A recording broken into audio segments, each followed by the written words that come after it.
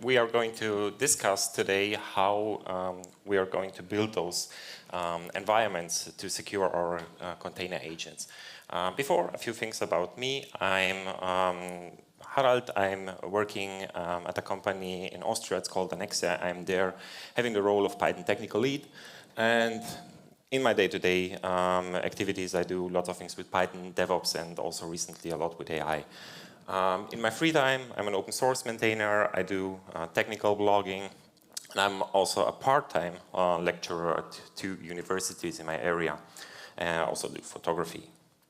So before I start, I want to see some hands. I'm curious, how many of you are actually using CLI coding agents? Okay, perfect. And how many of you are actually running them directly on the machine without any sandboxing? Okay. Then who of you, or how many of you are actually knowing what the agent is doing? Okay. So, what we want to do today, we want to look a bit at the risks of running those agents directly on your machine. We will look at a pattern. I will propose how you can isolate the agents so you can run them more securely and how to observe what they are doing. And then I will have a quick demo. I will show the system that I built, and I will also show you how you can look over the logs of the agent. So, a bit of history, how this whole thing started. So, back in 2017, we had a paper which introduced the whole transformer architecture. And with the transformer architecture, the first LLMs were built. And it took some time until 2022, which we had the main breakthrough of a chat interface that became very popular. And we still had this approach of you put some text in, you get some text out. A few years later, we had some new capabilities with those LLMs. The most important one is the tool use, because this one allowed now to introduce those agentic flows. So now models are capable of reading your files, also run commands, call external APIs. So this means we can now also act based on the information that the model generates. So this means we had an assistant mode, we had actually those applications that were able to explain things for us. They were not able to execute anything. So it means the risk for us was whatever we typed in the chat interface, that could be somehow sensitive or risky. Now we're moving at the agentic mode, where our tool is capable of executing commands. It can write and edit files and also make network requests. So this means we now have a much higher risk. How does the landscape now look for those agents? So from my experience, we have those 3 parts. We have the VS Code forks, tools like Cursor and Windsurf.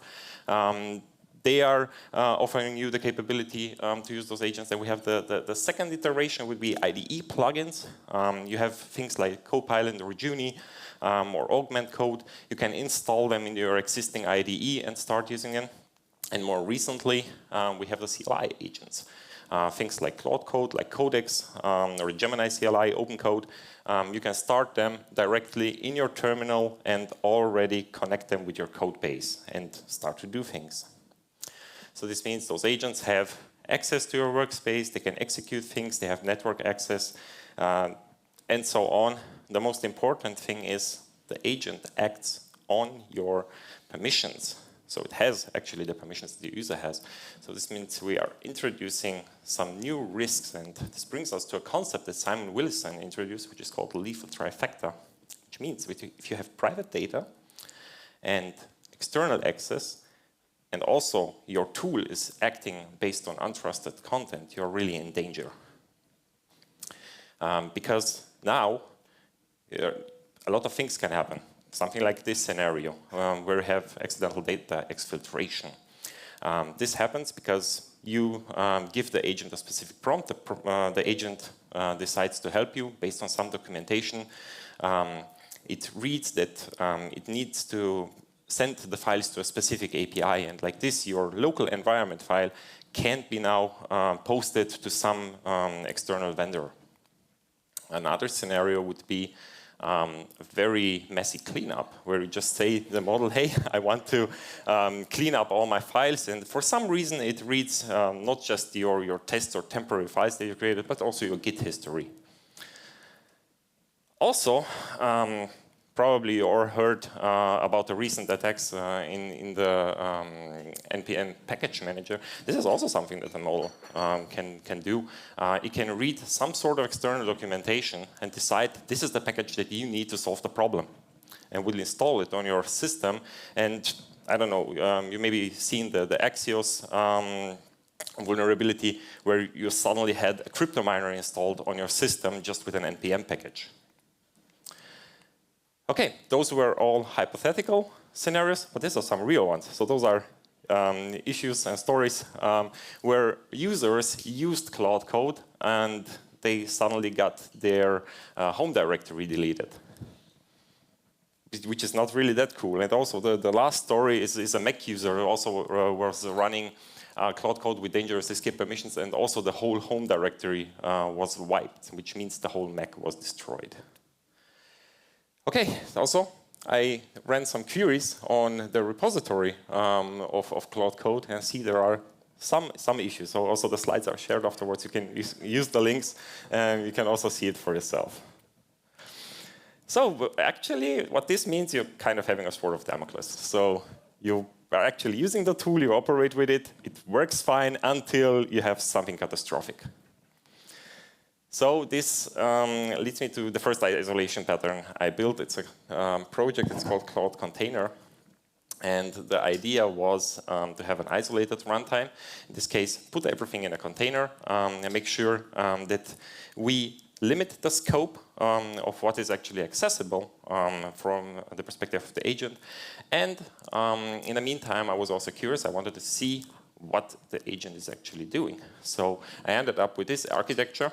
And my first iteration used this anthropic base URL, which means I started Cloud Code, set the anthropic base URL, which is actually meant for changing the provider. So you can use something like AWS Bedrock as your anthropic API, or anthropic itself. And in this case, I just created a proxy container, and my proxy container is actually intercepting the traffic. And by this, I can actually see what the container is doing. The SQLite database is actually on your local machine, and this way you have your own system where you can track what the container is doing. We have a project workspace. The project workspace is actually the code that is mounted from your machine, and we have another dedicated volume where we are storing the whole configuration files that are required for the agent. So in this case, if you once log into the system, you will stay logged in if you run another container. What it didn't have in this iteration was also tracking things like calls to search tools or other websites. This was not part of that project. Okay, so the idea is we keep everything separate in a container. We route the traffic to the proxy, and this way, at least, we can isolate those failures to the machine itself. So if we have something bad, if a bad application is installed, or if the agent decides to remove things, it's going to be at least isolated to that specific container that we are running. I showed this to a few of my colleagues, and then they said, can we have one for Gemini? Can we have one for Codex? Can we have one for OpenCode? And so on. So I decided to dig deeper into each of those agents, and I created those projects, and soon I realized this is not really easy to maintain now, because I now have a different command line for every agent. Don't really want this. Also, for each agent, I now have a dedicated database which is running. And it's really hard to onboard other team members into it.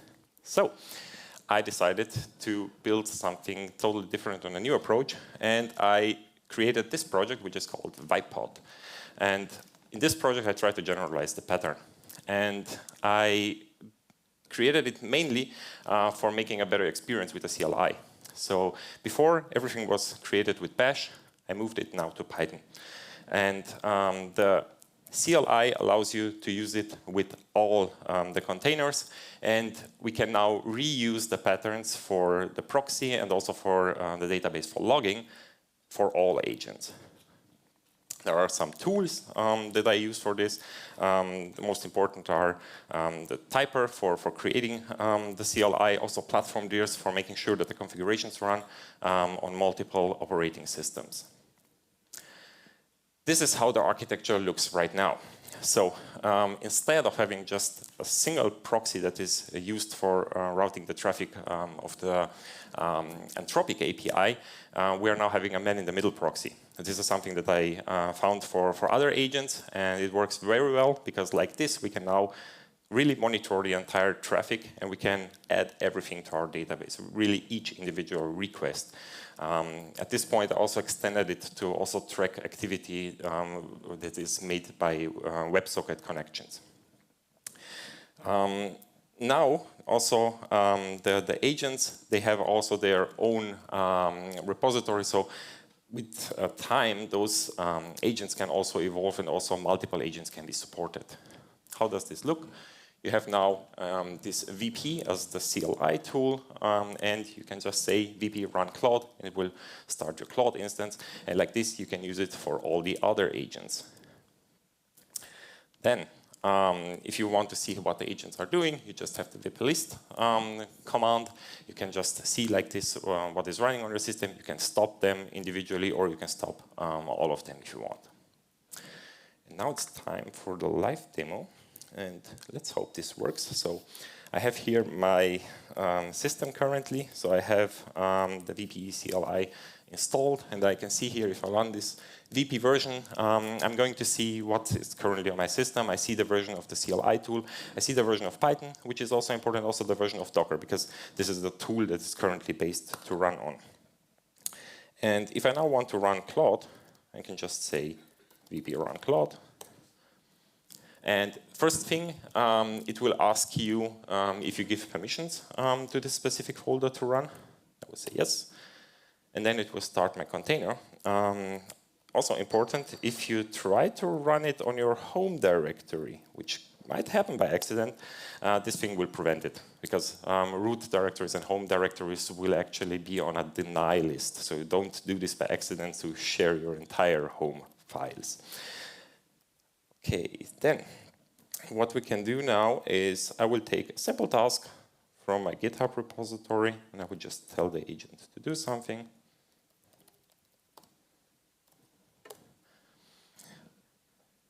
And the whole idea now is that the agent will start working in the background, will do some API calls, and based on the skills that I have configured, to ask me questions and so on. So the important part is now, how does the logging look? So we have here our HTTP proxy log. So maybe I will just show you how the database looks. So the tool that I'm using for the visualization is called Dataset. And it's a tool that is very cool if you're having a SQLite database and want to analyze some data. So the first thing is here we have the proxy database, and inside the proxy database you can see you have all your HTTP requests and also all your HTTP responses, and also here you see the WebSocket messages. So if I want to go over the HTTP requests, I see here I can sort them descending, and I can now see the API calls that we have just done. And what I've also done here, I showed the responses, also the requests and the responses just as binary, so you can download them and you can see the entire prompt that Claude is actually doing in order to operate. Also here you can see the responses individually, but the most important part is you can now use these data also to create dashboards, which are a bit more nice to see. So currently there is a HTTP dashboard implemented. The HTTP dashboard will show you how many requests your agent is actually doing. And you can see here each individual request, and you can see also the timing of the request. So you can also kind of isolate requests that take longer based on the payload. And also you can see failing requests. So in case that the Anthropic API is currently not available, you can also track it like this and see when a downtime happened. The other thing that we have are the dashboards for the token usage. They're currently implemented for Claude and for Codex.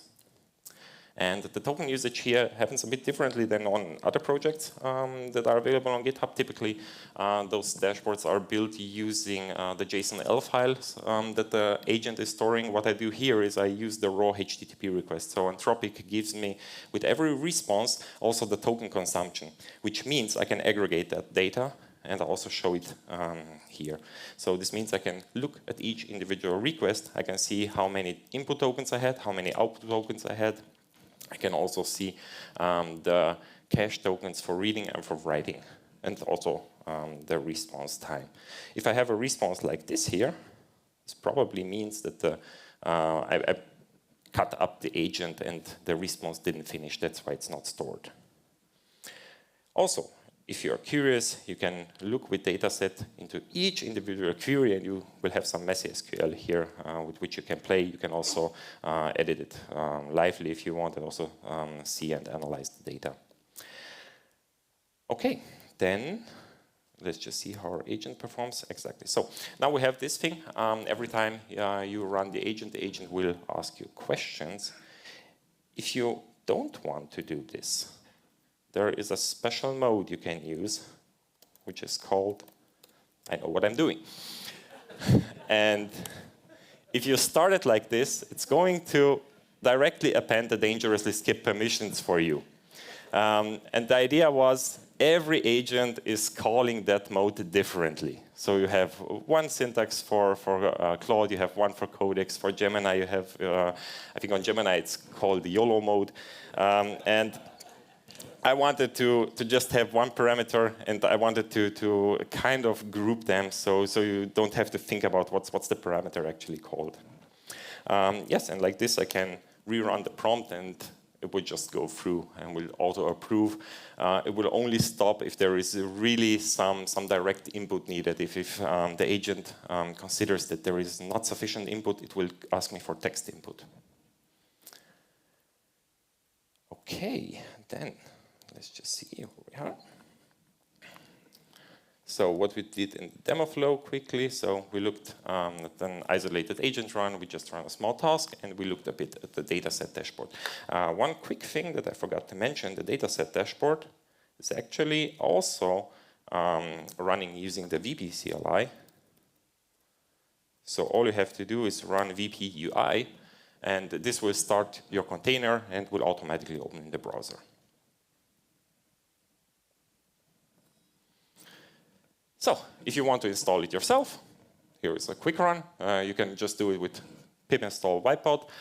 If you're on a Mac, you can do it with this long command. It's actually a private tab, that's why it's so long. Then you can go into your project, run VP list just to see what's available, and with the VP run and a specific agent, you can see the agent. You can either use the shorthand, the VP UI, or you can just say the long command VP logs start, and this will start your logging service. So what you can also do, I forgot to show you the VP command itself. If you run just this, you can get the help of the command. You can also install auto-completions if you want.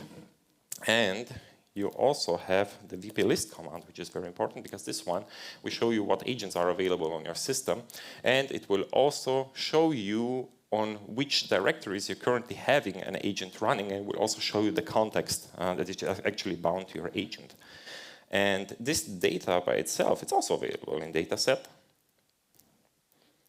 If you go into the logs, you can also see here you have the sessions, and here on the sessions you can see which agent you used and to which directory you bound it, and also with which version of the CLI you were working. And also another thing, it's also collecting the messages that you type into the agent, but this doesn't work perfectly now because the agent also has some sorts of artifacts in the CLI. So this works kind of okay, but use it with caution. So just continue.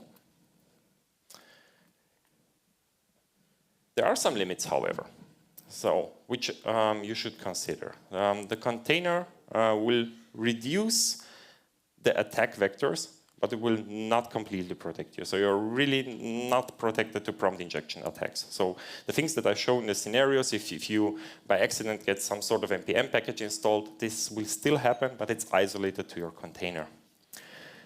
If you are misconfiguring the mounts and you have some critical files in your context, you will also expose those informations, so be careful. And the logging will actually help you find how the agent works, but this is not a prevention, it's just for history purposes. So what's important is you should still do human review and should make sure that you have right policies in place. So main takeaways: try to use those agents, isolate them as good as possible, give them only the context that they need to work by applying a least privilege to files, networks, credentials, and also from time to time make sure that you look over what they are doing and try to measure on your observability part what actually matters. I have some resources here to the different projects that are available, and from here I'm ready for your questions.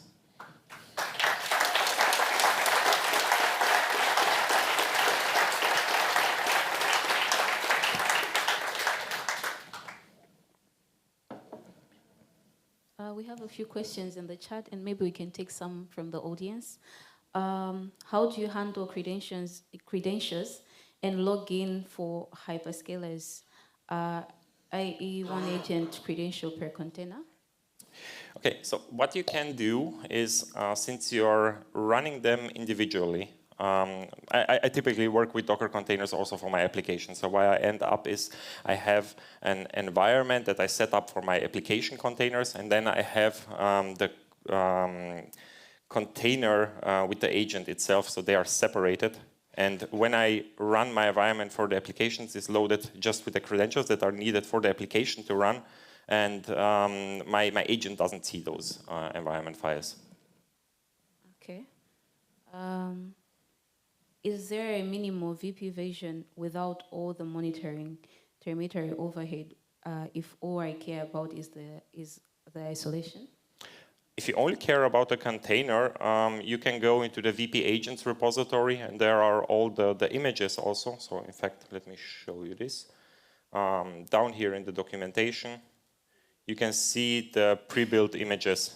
So if you just want to run the container by itself, you can do it like this directly. The VP CLI is actually taking care of creating the Docker network, connecting your container with the agent, with the proxy container, and also making sure that all configurations are in place for the tracking. Okay, how does VP compare with the under sandboxing projects like Anthropic? Experimental or sandbox runtime or Docker sandboxes? Yeah, so it is in fact a Docker sandbox. The thing is, you can manage it yourself. What you can also do here is, since you are able to override the images, you can just start from that specific pre-built image, or you just create your own image as you want it. You can also install all the tools that are required, and you can pretty much reuse it over your project. Okay, can you run remote containers, e.g. Kubernetes with VP? Haven't thought about that. Maybe, I don't know.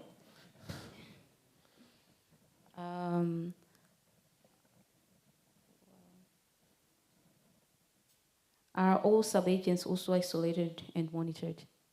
Can you repeat that question, please? Are all sub-agents also isolated and monitored? Sure. If you want to run sub-agents, you're basically running those agents inside the container. So if you are starting Cloud Code will be in a container. If you have the Teams function enabled or simply using the sub-agents, this will be by default enabled, so Cloud will start those sub-agents or sub-processes inside the container. Okay. can or should you also use dedicated Git repo for the agent so you can keep it separate from your own work in progress? And maybe then it doesn't have the remote configured. I'm not sure if I understand the question correctly. Can Yeah, please. Sure. So, as I said, all those projects here are individually available. So this means there is also the source here for how you can build the agents itself. So you can look over the source here, and you can find the Docker files for each individual agent. And you can start from here if you want. Okay.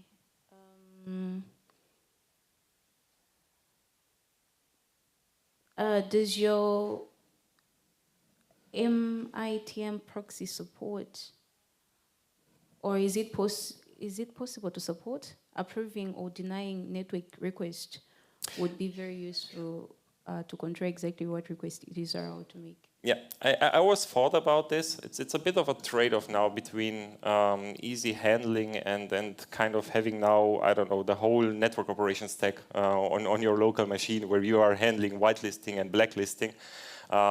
If you have any ideas how this would be easy to manage, I'm happy to discuss because I want to introduce something like this, but I don't want to have that much overhead. Okay. Okay, can you still use plans like Cloud Code with your MIT proxy, or do you need to use pay-per-use API? Oh no, you can use the regular plans. So in this case here, in fact, I'm using a pro plan. So you see this when you start the agent, because the tool itself, it's not changing the agent. You have the agent as provided by the vendor installed in your container, and you're just having the tool to provision the container for you and forward the request. So that's all it's doing at the end. It's just for convenience. So you have it for all the agents in the same way. But as you see here, I have the Cloud Pro subscription, and there is absolutely no problem with it because they don't change the requests themselves that are sent by the agent. Maybe we can take like 2 questions from the audience.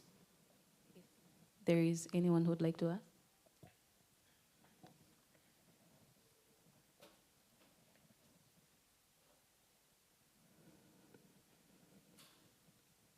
Is there an easy way to integrate it with pre-existing dev containers, for example, the monitoring stack? So you have the containers already in place. You should try it, honestly. I'm not using myself that much dev containers. I'm more on that part where I build my compose configurations, and I'm happy with that. But you can try it.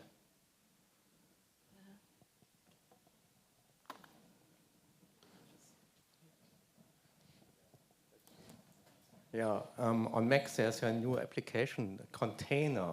Okay. Would it be possible to replace Docker by this? Is it easily, or is it has similar? The whole thing is I also but try. It's closer to the Mac architecture. I see. The important part is does it have a Python API exposed? So we can communicate with it. If it has that in place, we might have a starting point. The other part is maybe the permission handling. I'm also trying for some time to make this work with Podman. Podman is a bit more strict on permissions on your files. So I kind of want to also finish and integrate this to make it more agnostic, so you can also run it with different container runtimes. But sure, let's just talk after the session. Maybe a quick question. So how much of the VibePod is actually Vibe coded? A lot. A lot. So I have to say the first project, the Cloud container, I built it from scratch, and I built it manually. And afterwards, I actually decided I want to have this thing in place with a CLI. Since I had all the learnings and the patterns from the previous projects, I actually reused them, and I actually also used all the projects as a reference to build this. But at some point, I hit the limit where I now have to feed it new inputs and new perspectives. Last question. how does VibePod compare to Docker Sandbox? To Docker Sandbox. As I said, so the Docker Sandbox itself, I think it is also working with those pre-built images, but I haven't used it that much. I'm not sure if they have those, also a unified CLI tool. Might be worth discussing after the session. All right, thank you very much for the wonderful presentation. Thank you.